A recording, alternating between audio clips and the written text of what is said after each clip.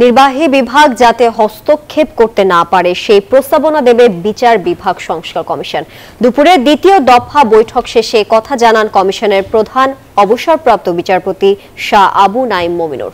তিনি বলেন, বিচার প্রার্থীদের কষ্ট কিভাবে লাঘব করা যায় সে বিষয়ে আলোচনা হয়েছে। জানান, মাত্র ৩ মাসে বিচার বিভাগের পূর্ণাঙ্গ সংস্কার সম্ভব নয়। মামলা জট, আইনাঙ্গনে বিচার প্রার্থীদের ভোগান্তি আর সুপ্রিম কোর্টের বিচারক নিয়োগ প্রক্রিয়া নিয়ে নানা সমালোচনা, এসব মিলিয়ে নানাভাবে প্রশ্নবিদ্ধ দেশের বিচার বিভাগ। সুপ্রিম কোর্ট প্রশাসনের হিসেবে সারা দেশে অন্তত ৪০ লাখেরও বেশি মামলা ঝুলে আছে। এমন অবস্থায় সুপ্রিম কোর্টের দলবাজ দুর্নীতিগ্রস্ত বিচারকদের পদত্যাগের দাবি উঠেছে। এসব সমস্যার সমাধানে দ্বিতীয় দিনের মতো বৈঠকে বসে বিচার বিভাগ সংস্কার কমিশন। উঠে আসে গুরুত্ব বিবেচনায় কোন বিষয়গুলো সংস্কার শুরু করবে তারা। কমিশন প্রধান জানান, প্রথমে মামলা জট নিরসন ও বিচারপতি নিয়োগের ক্ষেত্রে নীতিমালা প্রণয়নের প্রস্তাবনা দিবে কমিশন। এনজিওর কিস্তি প্রথমবার বিকাশ পেমেন্ট করলেই 20 টাকা ইনস্ট্যান্ট ক্যাশব্যাক।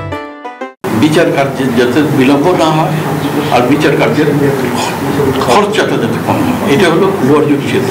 আর হায়ার জুডিশিয়ারিতে সেটা আজকে শুধু এইটুকু বলে রাখি, আমরা একটু কথাবার্তা বলেছি অ্যাপয়েন্টমেন্ট অফ জাজেস, the high court division and also in the appellate division. এটা একটা নীতি নির্ধারণ যদি সম্ভব আমরা করে দেবো। বলেন, বিচারের দীর্ঘসূত্রিতা ও বিচার প্রার্থীদের মামলা সংক্রান্ত খরচ কমানোকে গুরুত্ব দেওয়া হবে। বিচার বিভাগ শতভাগ স্বাধীন করা সম্ভব নয় উল্লেখ করে নির্বাহী বিভাগ যাতে বিচার বিভাগে হস্তক্ষেপ করতে না পারে সে বিষয়ে প্রস্তাবনা দেওয়ার কথাও জানান তিনি।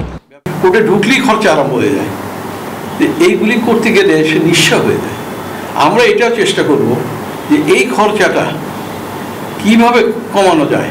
কমপ্লিট সেপারেশন জুডিশিয়ারি বলতে কিচ্ছু নেই, কোনোটাই নেই, অ্যাডমিনিস্ট্রেশন চলতে পারবে না। এই যদি কোর্ট না থাকে, বিচার বিভাগ যদি না থাকে, দেশ চলতে পারবে না। অ্যাবসলিউট সেপারেশন, এটা আপনাদের একটা ভুল ধারণা। বৈঠকে অবসরপ্রাপ্ত বিচারপতি এমদাদুল হক সহ কমিশনের ৮ জন সদস্য উপস্থিত ছিলেন। টেকনিক্যাল হাবিবুল ইসলাম হাবিব, নিউজ 24, ঢাকা।